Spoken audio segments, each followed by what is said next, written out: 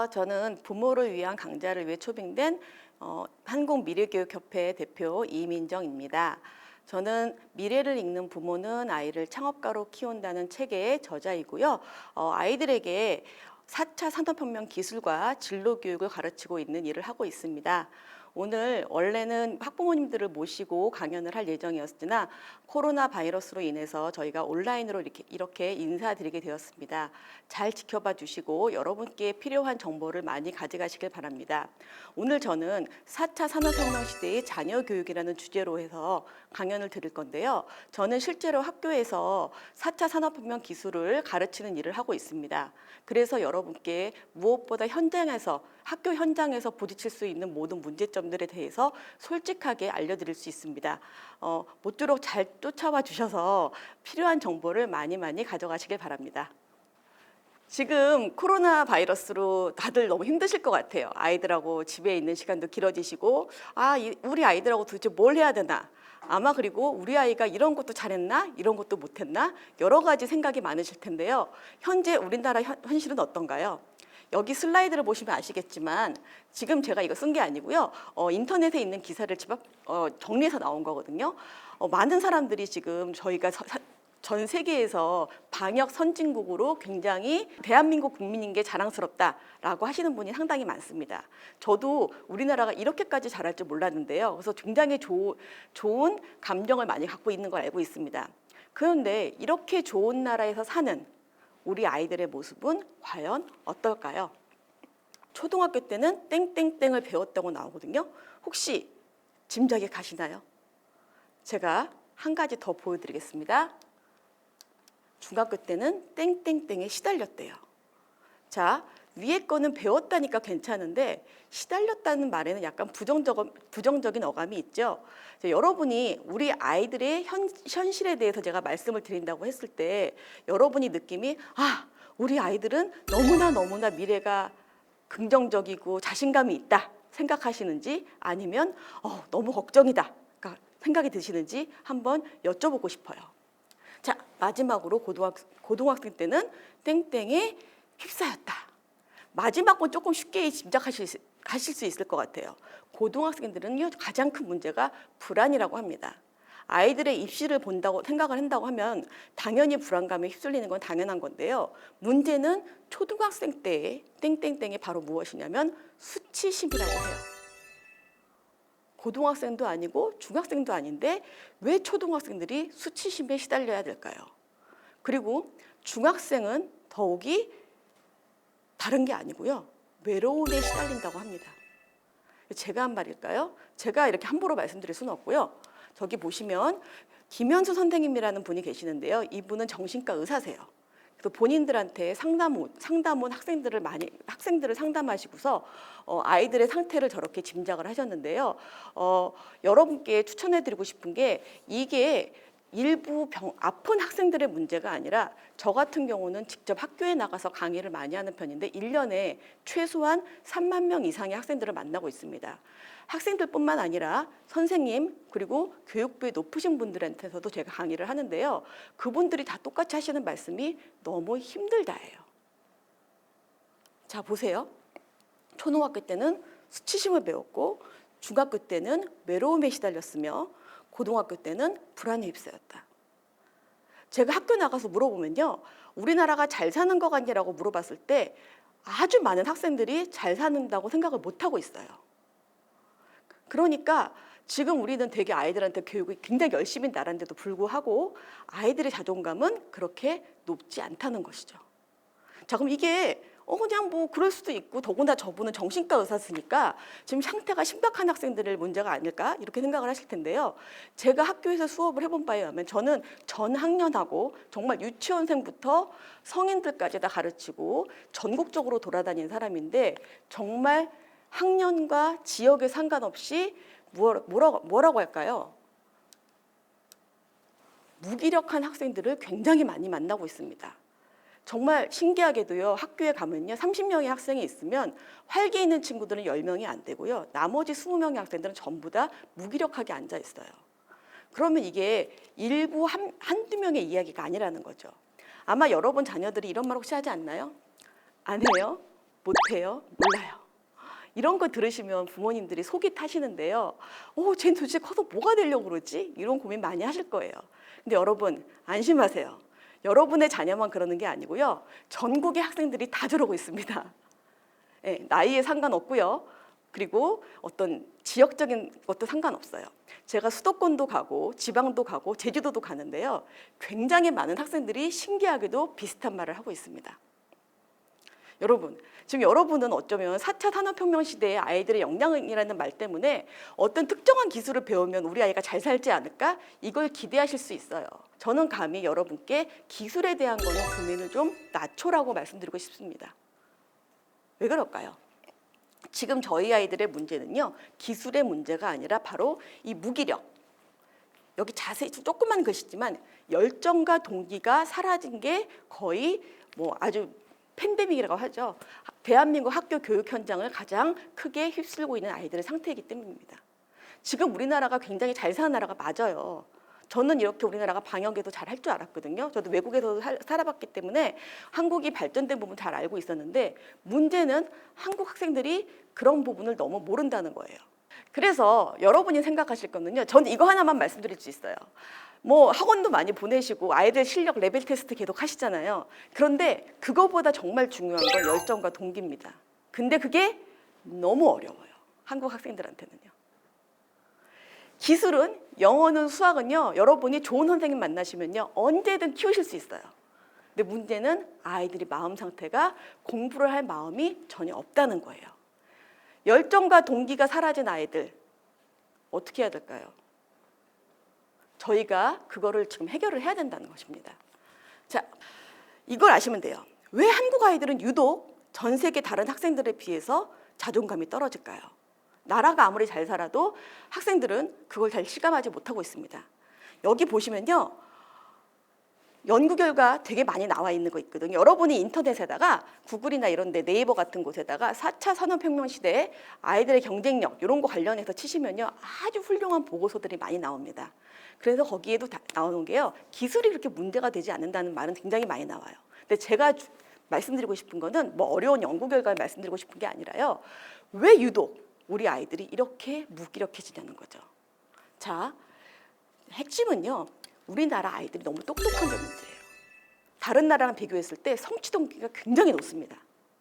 이렇게 성공하고 싶어하는 열망이 있는 애들이 아니에요. 진짜 너무너무 성공하고 싶어 하는데 문제는 그 아이들이 그 성취감을 느낄 때가 없다는 거예요. 특히 공교육에서요. 자, 한 가지만 제가 질문을 할게요. 여러분, 영어 잘하세요? 여러분, 그럼 수학은 어떠세요? 혹시 지금 심장이 쿵 하지 않으셨나요? 제가 이렇게 오픈된 강연을 할 때마다 항상 드리는 질문이에요. 그럼 여기는 지금 관중이 없으니까 대답을 못 하시지만 제가 이 질문을 할 때마다 단 한 명도 손을 드신 분이 없었어요. 제가 물론 그 자리에서 그분을 영어를 시킬 일도 없고 수학 문제를 풀라고 시킬 일도 없지만 그분들은 다들 깜짝 놀라세요. 자, 여러분, 이게 우리만의 문제일까요? 우리 아이들은 이런 마음이 없을까요? 자, 우리는 영어도 수학도 10년 이상은 최소한 배웠습니다. 우리 고등학교까지 의무 교육이니까 웬만하면 배웠을 거예요. 그런데 우리는 영어를 못한다고 생각하고 수학을 못한다고 생각해요. 근데 여러분 많이 보셨죠? 한국에서 수학 못하던 애가 미국에 갔더니 막 수학의 지니어스가 되더라. 천재가 돼서 너무너무 잘하더라. 이런 얘기 들어보시지 않으셨나요? 저는 다행히 전 세계 아이들을 그러니까 많은 나라 아이들을 좀 가르쳐 본 경험이 있는데요. 한국 학생들만큼 잘하는 친구들을 본 적이 없어요. 영어 역시 저는 한국 학생들이 너무너무 잘하는 것 같고 그리고 여러분 성인들도 영어를 굉장히 잘한다고 생각하시거든요. 그런데 지금도 라디오 광고에 해커스톡 뭐 이런 거 보시면 땡땡톡 보시면 영어를 10년 배우고 1분도 말 못한다 이런 말이 많이 나옵니다. 근데 그거 거짓말이에요. 여러분이 영어를 못하는 건요. 언제 못하시냐면요. 언제 잘하시냐면요. 주변에 나보다 영어 잘하는 사람이 없으면 다 잘하십니다. 확신만 계시면 예를 들어서 여러분이 일본에 계신다던가 러시아에 계신다거나 주변에 내 영어 실력을 판단할 사람이 없다는 생각이 들면요. 너무너무 잘하세요. 자, 이게요. 별거 아닌 것 같지만요. 굉장히 중요한 차이예요. 우리가 자존감을 키우기 위해서 실력을 키운다는 건 말이 안 돼요. 우리는 이미 세계 최고의 성적을 갖고 있음에도 불구하고 우리의 자존감은 저기 굉장히 못 사는 나라보다도 굉장히 떨어지고 있습니다. 이건 더 이상 객관적인 노력으로 해결될 수 있는 부분이 아니에요. 그걸 아이들에게 알려주세요. 자, 여기서 핵심이 나오는데요. 한국 교육이 목표가 줄 세우기라는 것은 인정을 하셔야 돼요. 이게 좋건 나쁘건 우리는 선발을 기초로 하고 있기 때문에 선발을 하기 위해서는 줄을 세워야 합니다. 제가 90점을 맞아도 100점이 있는 친구가 있다면 저는 절대 잘한 게 아니에요. 자, 나의 잘함은 나의 절대적인 노력으로 되는 것이 아니라 상대방의 못함이 기본으로 깔려 있어야 돼요. 그럼 모두가 100점을 맞으면 되지 않냐? 100점을 맞으면 실제로 입시에서요, 여러분. 100점 맞은 친구들 사이에 표준 편차로 등수를 나눕니다. 줄 세우기로 하면요, 여러분이 아무리 잘해도 절대 끝이 안 나요. 항상 우리는 누군가 나보다 잘난 사람, 나보다 공부 잘하는 사람 만나게 돼 있어요. 사업도 취업도 잘 될 때도 있고 안 될 때도 있습니다. 그렇지만 우리는 모두 잘 될 것만 생각을 하죠. 근데 그게 어떻게 가능하겠어요? 우리가 진짜 해야 될 거는 안 됐을 때 본인을 깎아먹지 않고 파괴하지 않고 그 문제를 해결하고 나아가는 방법을 가르쳐줘야 된다는 거죠. 자, 보시면 줄 세우기를 하려면요, 기본적인 전제가 있습니다. 대상이 비슷해야 돼요. 서로 다른 대상은요, 비교가 불가능합니다. 줄 세우기를 위해서 학교에서는 계속 아이들을 비슷비슷하게 만들려고 해요. 그리고 어느 순간 고등학교가 되고 대학교에 가게 되면 딱 이러죠. 이제는 개성이 매우 중요해. 빨리 개성을 살려봐. 네 개성을 보여봐. 넌 뭘 좋아하니? 자, 아이들이 멘붕이 올까요, 안 올까요? 자, 10년이 넘게 남하고 똑같이 되라고 비교하는 교육을 받았는데 어느 날 갑자기 웬만큼 타성에 젖어서 자기의 행동 패턴이 생긴 다음에 갑자기 너가 좋아하는 거 말해보래요. 아이들이 당연히 좌절감을 느낄 수밖에 없는 겁니다. 자, 자, 여러분, 그러면 이러죠. 그거 뭐 하루 이틀 얘기도 아니고 저희 잘할 때도요, 줄 세우기가 중요했고요. 변한 게 없잖아요. 그럼 우리가 할 수 있는 건 없잖아요. 많은 부분들이 제가 놀란 게요. 그 교육부에서 굉장히 높은 지위에 있는 분들을 제가 강연을 한 적이 있었는데 그분들조차도 그리고 교사들조차도 우리나라 교육이 바뀔 수 있다고 생각하는 분은 단 한 명도 만나지 못했어요. 다 이론은 아나 한국에서는 안 된다라는 말이 그 사람들의, 그러니까 우리들의 모두 결론입니다. 자, 여러분, 근데요, 저는 이거 갖다가 용감하게도 바꿀 수 있다고 말씀을 드리는데요. 여러분이 관점을 조금만 바꾸시면요, 가능합니다. 제가 오늘 그 마법을 보여드릴 거예요. 자, 일단 그 마법을 하기 위해서 한 가지 아셔야 될 게요. 교육이 진짜 뭔지를 아셔야 돼요. 교육은요, 결과가 아닙니다. 여러분이 구구단을 외우기 위해서요, 수학 문제를 풀기 위해서 정답지를 보고 베끼는 거는 전혀 여러분의 실력에 도움이 되지 않죠. 뭐 최근에 시험 문제 답안까지 유출한 사건이 있는 거는 사람들이 과정을 보지 않고 점수만 보기 때문에 이게 제일 중요하다고. 왜냐하면 저희는 줄 세우기가 목표였기 때문에 결과만 보는데 익숙해져 있습니다. 그렇지만 이제는 그걸 탈피를 하셔야 돼요. 왜요? 이렇게 하지 않으면 여러분의 자녀들은 절대 열정과 동기를 찾을 수가 없습니다. 자, 무엇을 배우느냐가 아니라 어떻게 배웠냐가 중요해요. 똑같이 100점을 맞아도요, 자기 힘으로 배운 아이와 쪽집게 과외 선생님이 해준 아이의 경쟁력이 같을 수가 없습니다. 여러분이 모두 알고 있는, 여러분, 제가 입시 강사를 거의 15년 이상을 했어요. 그래서 웬만한 여러분의 그 입시에 교육에 관련된 건 제가 너무너무 잘 알고 있습니다. 그런데 여러분이 그 아는 모든 프로세스, 그 프로세스는요, 딱 대학 입학까지만 효과가 있어요. 저는 대학에 가서 학생들을 많이 가르치거든요. 대학에 가서 보면요, 아이들의 입학 전형에 따라서 대학에서의 퍼포먼스가 굉장히 많이 다릅니다. 자기 자신의 미래를 개척하는 친구가 있고요. 나는 아무것도 못해요라고 하는 친구들도 분명히 많이 있어요. 여러분, 의외로요, 명문대 학생들의 경쟁력이 그렇게 높지 않습니다. 그리고 의외로 지방대 학생들이 그렇게 무능하지 않아요. 요새 우리나라는 학력이 굉장히 좋기 때문에 지방대 교수님들도 굉장히 좋으신 분들이 많습니다.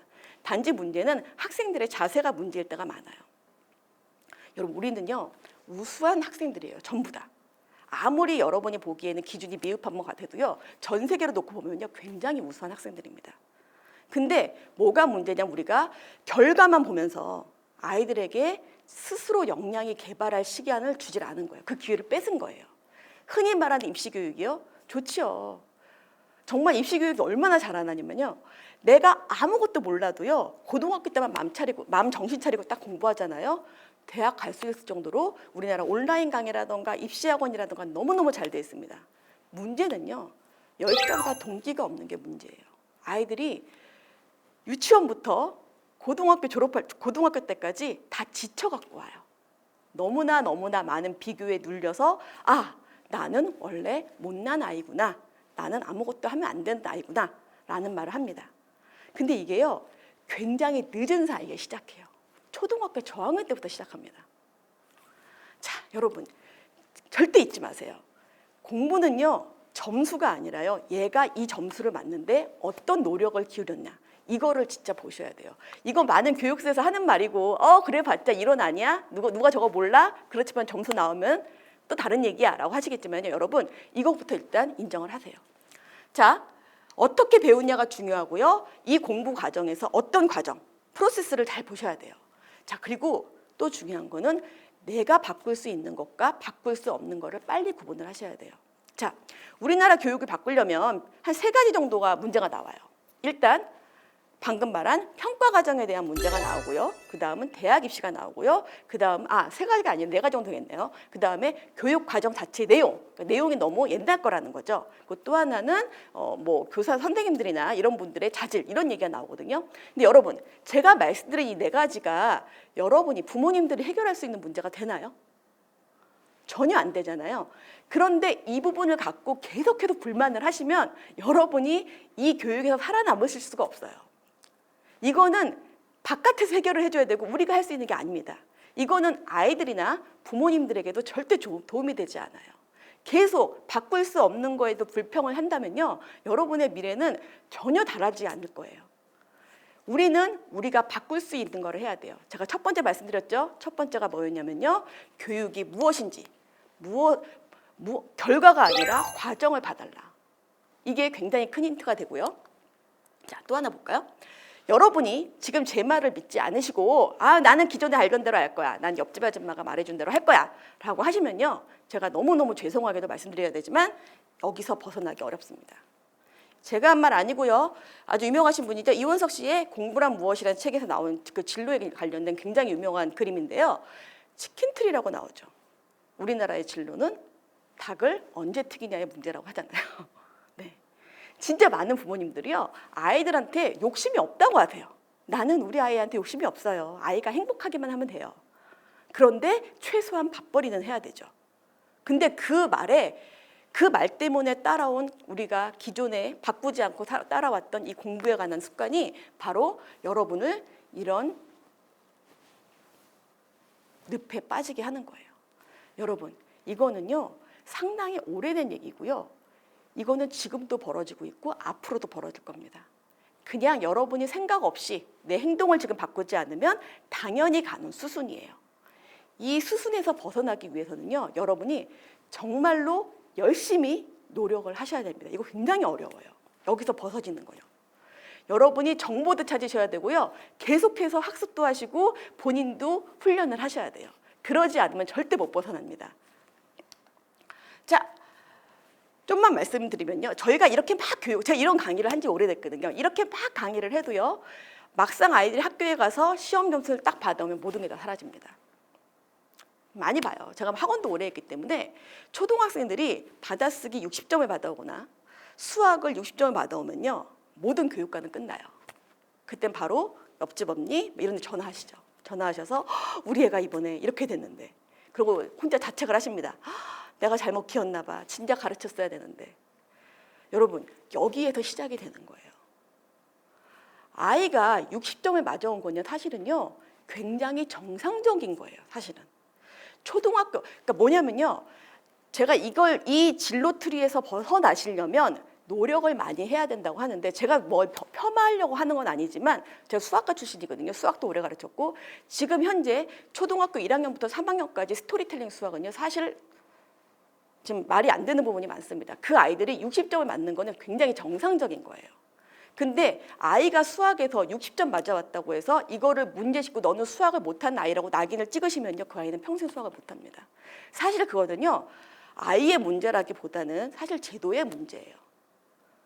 지금 우리나라 아이들이 굉장히 우수한데 그 우수함을 펼치지 못하는 우리는 제도를 어느 정도 인정해야 돼요.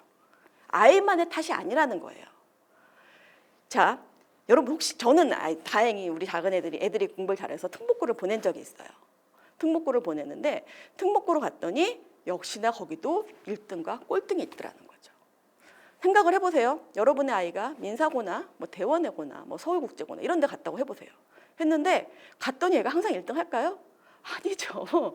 굉장히 어렵습니다. 보통 5등급 나오고요. 정말 9등급도 나올 수밖에 없어요. 근데 웃긴 거는요. 특목고에서 꼴찌한 애들은 절대 절망하지 않아요. 왜 안 할까요? 여기에 여러분이 해야 되는 교육 태도에 힌트가 있는 겁니다. 얘네들은 알죠? 여기서 내가 100등, 보통 특목고는 인원이 작기 때문에 100등이나 150등 이 정도인데요.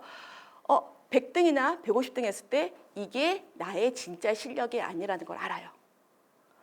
그래서 물론 거기서 앞서려고 노력은 하지만 쉽지 않습니다. 특목고는 너무나 우수한 애들만 모였기 때문에 한 등수 올리기가 되게 쉽지 않아요.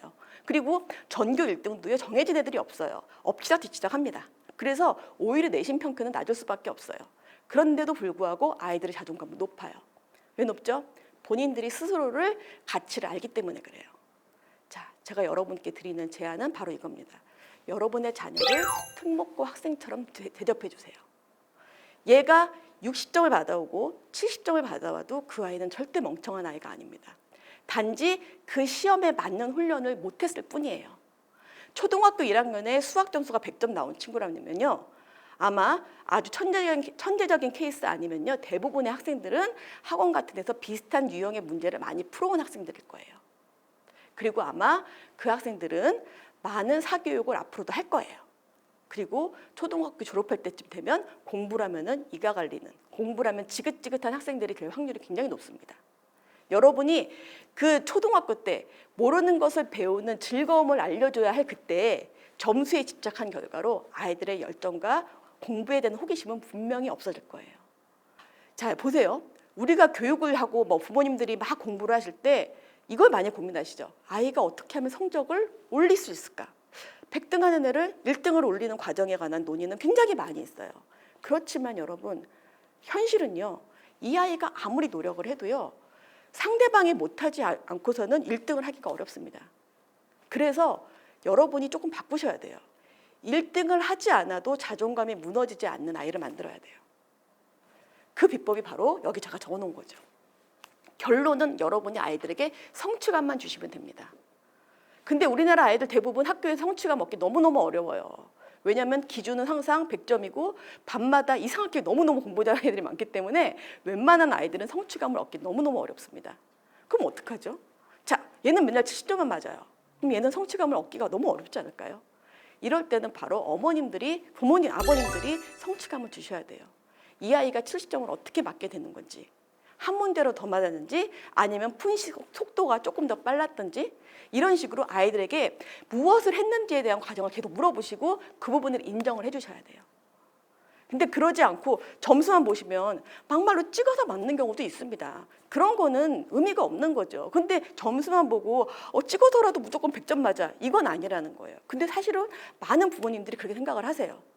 그러지 마시고요. 아이가 똑같은 문제를 2번 풀었을 때 시간이 조금 더 단축이 됐는지, 오답률이 조금 더 줄었는지, 그럼 한 거. 70점은요, 여러분, 70개나 맞은 거예요. 틀린 거보다 맞은 게 훨씬 많아요. 이런 부분을 계속 여러분이 인정을 하게 해주셔야 돼요. 왜냐면요, 부모님이 인정을 해주시는 게 중요한 게, 우리가 말 한마디도 안 해도요, 아이들은 자체로 70점 맞으면, 60점 맞으면 본인이 먼저 상처를 입어요. 난 애들한테 아무 말도 안 했는데요. 저는 애한테 뭐 공부되라고 말한 적 없어요. 라고 말씀하시지만 아이들은 주변에서 같은 반에서 똑같이 공부했는데 한 명은 100점 맞고 나는 60점 맞으면서 자존감이 떨어질 수밖에 없습니다. 그래서 끊임없이 부모님들이 관점을 알려주셔야 돼요. 100점이 중요한 게 아니라 네가 노력한 게 중요한 거다. 그게 여러분도 그걸 진짜 믿으셔야 돼요. 아이들이요, 귀신같이 합니다. 이게 엄마의 립 서비스인지 실제로 그렇게 믿으시는지, 그게 너무 중요해요. 이 성취감을 위해서 밑에 세 가지가 중요하다는 거예요. 이거는 제가 저만 드리는 말씀이 아니고요. 여러분이 어떤 전문가를 만나도 4차 산업혁명에서는 세 가지 능력이 제일 중요하다라고 하거든요. 예를 들어서 사회정서학습, 의사소통 및 협업 역량, 문제인식 능력 및 문제 해결 능력. 이게 중요한데 이게 되면 뭐가 된다는 거예요? 성취감을 얻을 수 있다는 거예요. 여러분 꼭 돈을요 막 1,000만 원, 1억 이렇게 있어야 행복한 사람하고요 10만 원만 있어도 행복한 사람이 있어요. 점수도 마찬가지입니다. 내가 한 거에 대해서 내가 시험 기간인데 계획을 세우고 공부를 했네. 내가 핸드폰을 조금 줄이고 책이라도 한 권 더 읽었네. 이런 거 하나하나 본인 스스로 남하고 비교하지 말고요. 남하고 비교하는 건 여러분 지옥으로 빠지는 길이에요. 아마 여러분도 충분히 아시려고 봅니다. 우리는요 비교할 때요 사실은 가상의 인물하고 비교를 해요. 존재하지 않는 인물하고. 그러지 마시고요. 그 가상의 존재를 없애시고요. 나 자신만 보게 하셔야 돼요. 이거는 굉장히 어렵습니다. 우리나라 문화에서는 특히요. 굉장히 많은 노력을 하지 않고서는요. 자신만의 역량에 집중한다는 게 쉽지 않아요. 저는 이 사실을 안 거죠. 다행히 제가 우리 아이 고등학교 때 안 거예요. 중학교 때까지는 공부를 열심히 했었습니다. 잘했어요. 잘했으니까 저도 나름대로 되게 자부심을 갖고 살았는데 고등학교 가서 성적이 안 나오니까 정말 답이 없더라고요. 그래서 집안이 아주 지옥이 빠졌죠. 그런데 그때 제가 만난 게 바로 뭐였냐면 이런 이론이었어요. 이걸 만나게 된 이유는 제가 그때 하던 일이 진로교육, 기술 창업 교육하고 이런 거를 했었는데 그때 깨달은 게 뭐냐면 아이들한테 정말 중요한 거는 똑같은 기술을 가지고서도 어떤 친구들은 굉장히 크게 성공하는 친구가 있고 어떤 친구들은 아무것도 못하는 친구들이 있는 걸 보면서 아이들의 마음 자세가 정말 중요하구나 이걸 깨달았죠. 그리고 나서 이걸 조금 더 연구해서 어떻게 우리 교육에 우리 아이한테 적용할 수 있을까 해서 해봤더니 굉장히 많은 효과를 봤습니다. 그리고 이것도 아셔야 돼요. 아까 처음에 우리나라가 이만큼 선진국이 됐습니다. 이만큼 발전이 했습니다. 이게 아이들한테는 또 좌절감을 일으킵니다. 왜냐하면 이제는 한국에서 지금 대접 좀 받으려면요. 세계 1등 정도는 해주셔야 돼요. 그래야 한국에서 조금 인정을 받아요. 그러니 아이들이 받는 중압감은 얼마나 크겠어요. 웬만해야 해볼만 하죠. 자기는 너무나 요만한데 올라가야 될 나무는 너무 높으니까 아이들이 자꾸 좌절하고 아무것도 안 하려고 해요. 아무것도 안 하면 좋은 게 여러분 평가를 못 합니다. 비교당하고 싶지 않은 거예요. 그래서 아무것도 안 해요. 여러분이 이런 마음을 읽어주셔야 합니다. 이 아이들이 가는 길이 쉽지 않다는 거. 그리고요. 우리나라 학교에서 아까 그 줄 세우기 학교이기 때문에 아이가 내가 100점 전교 1등이 아닌 이상 학교를 다니는 건 자존감이 굉장히 많이 떨어지는 일이에요. 가방을 메고 학교를 매일 가주는 거 그거 하나만으로 여러분 진짜 감사히 여겨야 될 때가 많아요. 그래서 여러분은 아이한테 자존감을 주고 성취감을 주셔야 되는데요. 이게 쉽지 않죠. 그냥 주시면 안 돼요. 여러분이 근거 없는 칭찬을 하시면요. 아이들 분노합니다. 엄마가 마음에도 없는 말하고 가식한다고요. 그래서 진짜 여러분이 알고 말씀하셔야 돼요. 아이들의 성취감을 얘기하실 때요. 이 세 가지가 중요하다는 얘기를 해주세요. 자, 너가 이걸 했는데 조별과제 했는데 안 나올 때가 있어요. 그리고 조별과제 할 때 제일 나오는 불만이 뭐냐면 나는 열심히 했는데 제 친구들은 안 했어. 이런 불만이 많이 나오거든요. 그랬을 때 얘기를 해주는 거예요. 너가 억울하겠지만 너가 협업 능력이나 의사소통 능력이 너무 좋아서 이렇게 네가 했으니까 하면서 구체적으로 말이 되게 칭찬을 해주셔야 돼요. 그래야 아이들이 인정을 합니다. 그리고 너무 쉬운 거는 성취감을 못 느껴요. 너무 어려워도 안 되고요. 너무 쉬워도 안 되고 적절한 난이도의 아이가 할 만한 미션을 계속해서 주셔야 돼요. 그래서 집안일도 좋습니다. 여러분 아무리 사소한 집안일이라도 시키세요. 너는 공부만 해. 여기에서 모든 비극이 시작됩니다. 가정의 비극이요. 해야 돼요. 그리고 감사하다고 해주세요. 네가 도와주니까 훨씬 엄마가 편해졌구나. 엄마는 이런 건 생각 못했는데 너가 하니까 잘하는구나. 아이들이요 생각이 많습니다. 정말 똑똑해요. 그리고 항상 얘기하세요. 너가 학교에서 6점 맞은 거는 60점 맞은, 그러니까 너가 학교에서 뭐 20등, 30등 하는 이유는 다른 애들이 너무 잘한 거니까. 이 아이가 막 놀았으면 그건 할 말이 있겠지만은 잘 봐주세요. 너가 외국 나가면 정말 넌 되게 똑똑한 애인데 한국 애들이 너무 공부를 많이 하는구나. 틀린 말 아니거든요, 사실은. 이렇게 해서 아이가 자기 자존감을 갖게 되면요. 그렇게 나의 상태에 상관없이 내 점수에 상관없이 자기를 잃지 않아요. 네, 지금까지 제가 여러분이 교육 혁신을 위해서 개인이 할 수 있는, 부모님들이 할 수 있는 거를 말씀을 드렸는데요. 자, 종합해서 정리해서 말씀드리자면 평가 기준이 바뀌면 많은 것을 바꿀 수 있다고 써놨잖아요. 그 평가 기준은요, 우리 모두가 해당되는 일입니다. 학생도 스스로 평가 기준을 바꿔야 되고요. 부모님들도 평가 기준을 바꾸시고 제가 교사님들에게도 이 부분을 계속 강조하고 있습니다. 저는 학교를 돌아다니면서 선생님들 강의를 많이 하는 편인데요. 이 부분을 굉장히 많이 강조를 드리고 그리고 선생님들도 많이 동의를 하세요. 이게 진짜 필요하다고 생각을 하세요. 선생님들이요, 정말 평가 기준을 바꾸고 싶으셨는데 기준이 없으셨대요. 근데 제가 기준을 드립니다, 이제는. 그리고 되게 행복해 하세요. 아이들을 조금 더 너그럽게 바라볼 수 있다고요. 제가 그랬거든요. 제가 정말 한때는 아이들 얼굴 표정만 봐도요, 그냥 얘는 공부 잘하는 애, 못하는 애, 쟤는 좀 미래가 있는 애 없네, 이런 식으로 판단을 했었거든요. 근데 평가 기준을 바꾸니까 완전히 다른 얘기가 나오더라는 거죠. 완전 다른 세상이에요. 자, 그리고 여러분, 교육 혁신이요, 절대 쉽지 않습니다. 계속 말씀드렸죠. 우리가 무슨 어떤 중력에서 벗어나려면 2배의 속도를 내야 된다고 해요. 그만큼 여러분은 더 정확한 정보를 하셔야 돼요. 여러분 자녀를 위한 진로의 정보는요, 여러분이 제일 많이 아십니다. 사실 학생들보다도 더 많이 아세요. 지금 진로는요, 너무나 복잡하기 때문에 학생한테 너 혼자 더 알아서 해 라고 하기에는 너무 험난한 세상입니다. 솔직히 저희도 은퇴 후에 어떻게 살아야 될지 모르는 상황이잖아요. 내일 변화도 두렵고요. 그런 상황을 전혀 사회생활을 해보지 않은 아이한테 다 떠맡기는 것도 좋은 일은 아니라고 봅니다. 단 여러분이 꼭 집어서 쪽집게를 해주시는 게 아니라 이것만 알려주시면 돼요. 우리가 어떤 대비를 해도 어려움은 생길 것이고 궁극적으로는 너의 힘으로, 너의 선택으로 해야 된다는 걸 알려주셔야 되는데, 그러려면 아까도 말씀드렸지만 자존감이, 성취감이 계속 중요하다는 거죠. 너는 지금까지 잘해왔으니까 앞으로 잘할 거야. 이렇게 돼야 돼요. 특목고 애들이 꼴찌를 해도 왜 잘하냐면요, 그 전에 수많은 성취가 있었기 때문에 가능한 거예요. 얘네가 뭐 전국적으로 뭐 데이터도 물론 모의고사 같은 건 데이터가 있지만 그런 거 없어도요, 워낙에 자기가 계속 잘했던 걸 알기 때문에 그런 거에 크게 흔들리지 않아요.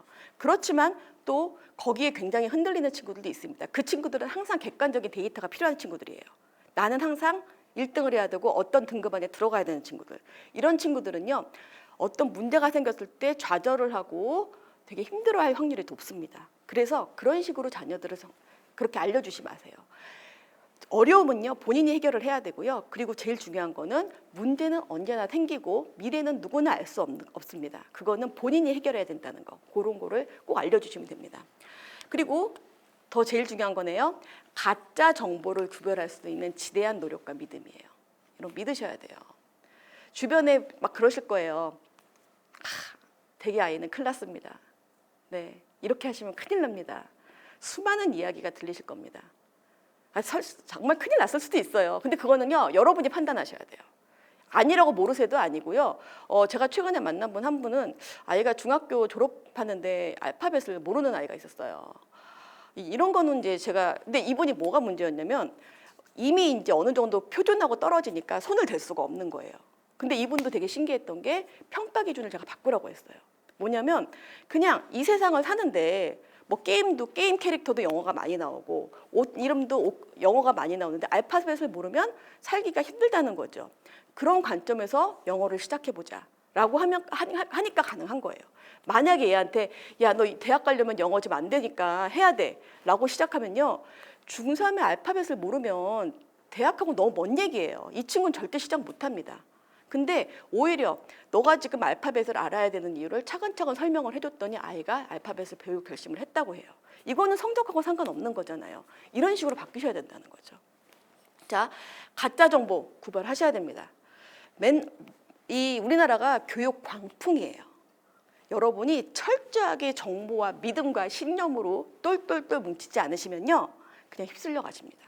마치 지금 막 이렇게 전 세계적으로 바이러스가 창궐하고 있는데 마스크도 안 하고 장갑 손 소독제도 없이 그냥 나가는 거랑 똑같아요. 여러분, 최소한 마스크는 하시고 손 소독제는 챙기셔야 되잖아요. 그게 바로 뭐냐면 여러분이 내가 스스로 정보를 알아보겠다라고 하는 거예요. 왜 본인 자녀의 미래를 잘 알지 못하는 분에게 맡기십니까? 제가 학원을 할 때, 제가 입시를 할 때 제일 답답했던 게 저한테 와서 우리 아이 학원 다녀야 될까요? 말아야 될까요? 많이 물어보세요. 정말 마음 같아서는 다니지 마세요라고 하고 싶지만 그러면 큰일 나죠. 근데 그거를 지금도 비슷한 일들이 많이 나옵니다. 그건 여러분이 선택하실 일이지 학원 선생님한테 물어보실 일이 아니에요. 학교 선생님도 마찬가지입니다. 학교 선생님 학생이 많으시잖아요. 어떻게 그분이 그걸 다 아시겠어요. 나는 한 명도 어려운데요. 그러려면요, 입시 복잡한 거 맞고요. 그렇기 때문에 많이 공부하셔야 돼요. 그리고 아이도 같이, 아이들이 의외로 입시에 대해서 아무것도 모를 때가 많아요. 그래서 같이 찾으셔야 돼요. 자, 근데 이렇게 되다 보니까 또 이제 부담이 되시는 거죠. 너무 바쁜데 내가 언제 그걸 다 할 수 있지? 그렇지만 여러분, 이거는 하셔야 돼요. 그러니까 뭐 전체 뭐 전문가처럼 하실 필요는 없지만 그래도 최소한 입시 전형까지 이런 것까지는 안 하셔도 우리 아이가 뭘 좋아하고 어느 쪽으로 가면 좋을지 이 정도는 여러분이 계속해서 고민을 하셔야 된다는 거예요. 그 누구도 여러분에게 대답을 해주지 않습니다. 여러분 대신에 해주는 대답은요, 정답이 아닌 경우가 더 많아요. 내 아이를 나보다 더 잘 알기 쉽지 않기 때문이죠. 자, 이거는 제가 부모님들께 드리는 말씀이고요. 저도 노력을 하고 있습니다. 제가 하는 노력을 말씀드릴게요. 저는 이 부분을 해결할 수 있는 솔루션을 찾았어요. 그게 바로 뭐냐면 학교의 진로 시간이라는 게 있거든요. 진로 시간에 창업 교육이라는 걸 통해서 하고 있습니다. 제가 창업 교육이라고 하니까 많이 오해하시는 게 아이들 뭐 장사를 시키자, 돈 버는 법, 막 주식을 빨리 가르치자 이렇게 많이 오해하시는데 그게 아니고요. 창업 교육은요, 성취감을 철저하게 아이들이 느끼게 하자는 교육이에요. 학교에 가서 가르칠 수 있는 거 많죠. 제가 영어나 수학을 가르쳤으면 훨씬 편했을 거예요. 근데 전 그렇게 안 하고요. 학생 개개인이 성취감을 느낄 수 있는 교육을 굉장히 많이 기획을 했습니다. 심지어는요, 제가 학교 가서 놀라는 게요, 학생들 한 명 한 명을 불러봐요. 근데 학생들이 수업 시간 내내 자기 이름이 불려본 적이 없는 애들이 굉장히 많아요. 선생님하고 1대1로 눈을 마주친 적이 없는 친구들도 굉장히 많습니다. 그래서 한 명 한 명이 할 수 있게 조별로 해서 게임 같은 활동을 하는데요. 여기서 중요한 게 왜 창업이라는 말이 붙냐면요. 창업은 비즈니스이기 때문에 시장이란 말을 계속 할 수밖에 없어요. 시장은 나에서 벗어나는 거죠. 그 전까지의 진로 교육은요, 너가 좋아하는 거, 네가 잘하는 게 뭐니 이런 것만 얘기했거든요. 근데 비즈니스로 넘어 비즈니스 교육으로 가니까 나보다는 시장을 계속 읽어야 돼요. 시장에는요, 고객, 타인에 대한 관점이 있습니다. 그러니까 저희가 하는 모든 교육 프로그램은요, 본인이 아무리 똑똑해도 팀원이나 시장에서 받아주지 않으면 해결이 안 돼요. 그 아이들이, 특히 공부 잘하는 학생들이 굉장히 자존감이 없습니다. 뭐냐면 어제까지 나만 잘하면 됐는데 제가 저한테 협조를 안 해주는 거예요. 그럼 이게 진행이 안 되거든요. 이런 거를 창업교육이라고 하고요. 그리고 저는 미션만 주고 학생들은 복합적 문제 해결을 해서 해야 됩니다. 네, 지금 제가 처음에 1년에 학생들을 3만 명 정도 가르쳤다고 하는 게 바로 이런 교육을 하고 있는 거예요. 그리고 아이디어를 실행할 수 있는 과정. 아무리 시시한 아이디어라도 본인이 스스로 만들어보고 한 거를 평가를 해요. 제가 안 합니다. 학생들한테만 해줘요. 학생들이 스스로 평가하게, 자기 거 말고 남의 거 평가하게 이렇게 하고요. 그리고 제일 궁극적인 거는 긍정적인 생각. 이거 활동을 하면서 저는 거의 참관자 역할만 많이 해요. 그리고 근데 너무 재밌는 게요, 애들이 너무 똑똑한 거예요. 저는 아이들이 똑똑하다는 말, 우리나라 아이들이 아까 똑똑하다고 처음에 말씀드린 말이요, 그전엔 몰랐어요. 제가 입시를 할 때는요, 모든 애들이 솔직히 말씀드리면 다 멍청해 보였어요. 근데 이걸 하면서 아이들이 너무 똑똑한 거예요. 저보다 잘할 애들 너무 많고요, 너무 좋은 강점이 많은 거예요. 그래서 이럽니다, 저는. 야, 너 진짜 잘하는구나. 넌 사회 나가면 대성하겠다. 야, 넌 진짜 사업하면 잘하겠다. 이렇게 한마디씩 하는데요, 얘네들이 이거 빈말로 안 들어요. 왜냐면 자기가 지금 하고 있거든요. 야, 넌 진짜 친구들이 많이 인정해 주는구나. 이런 말들 있잖아요. 저는 주로 3시간 수업을 특강을 많이 하는데요, 이 수업 중에서 아이들이 힘을 얻어요. 그리고 갑자기 자신감이 나요. 그걸 어떻게 하냐면요, 저희가 교육 프로그램이 후기가 안 좋으면요, 선생님들이 다시 부르지 않습니다. 근데 이게 너무 좋으니까 한 번의 수업인데도 선생님들 말씀이 이렇게 긍정적인 피드백이 없대요. 아이들이 자신감이 충만해지는 거예요. 아, 선생님 제가 진짜 이래서요, 제가 이거 정말 잘해요. 이런 말이 절로 나와요. 그래서 저희가 보통 진로 수업 끝나면 점심시간인데요, 엄청 시끄럽습니다. 애들이 와서요, 나 이거 잘했네, 저거 잘했네, 뭐 난리가 아니에요. 근데 이런 경우가 드물거든요. 여러분, 그러니까 지금 여러분, 학교 선생님들도 이게 필요한 걸 아세요. 제도는 이미 바뀌고 있습니다. 학교도요, 상대평가가 이런 단점이 있는 걸 알기 때문에, 아까 말씀드린 건 줄 세우기 평가가 상대평가인데 이런 단점이 있는 걸 알기 때문에 제도도 바뀌고 있어요. 근데 문제는요, 부모님들이 안 바뀌고 계신 거예요. 제도 탓하지 마시고 제대로 조금만 더 자세히 보시면요. 이미 제도가 바뀌었고 우리가 할 거는 믿고 따라가는 거. 그리고 아이를 믿어주는 거라죠. 남이 평가하기 전에 내 스스로 먼저 아이를 평가절하하지 마세요. 우리 아이들은 정말 훌륭한 아이들입니다. 자, 국어, 영어, 수학 뭐 지금 4차 산업혁명 나오니까 이런 공부가 뭐가 필요하냐고 하시잖아요. 필요해요. 아주 중요합니다.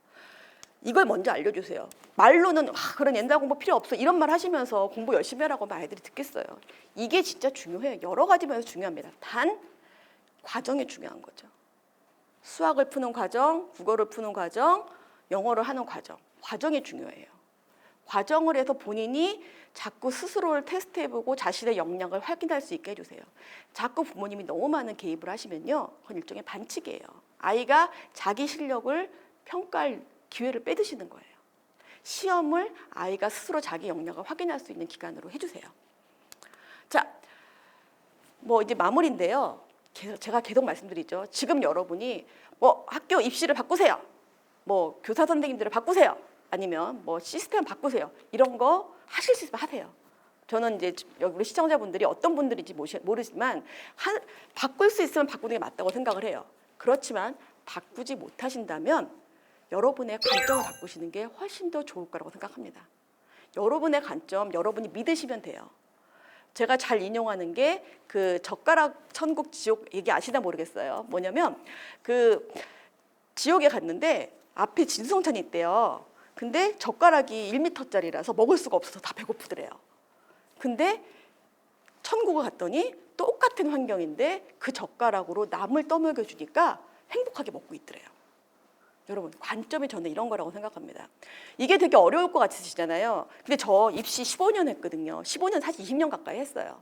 그런 저도 바뀌었거든요. 저 누구보다도 국영수와 우리나라 입시 교육의 신봉자였습니다. 근데 제가 지금 제 관점을 바꾸고 이거의 효능을 알고 학교에 가서 선생님들을 제가 오히려 설득하고 있어요. 그리고 선생님들도 이런 부분을 아시고 굉장히 학생들을 평가하는 게 유해졌다고 하세요. 본인들도 마음이 편하시대요. 그리고 아이들 자체도 그렇습니다.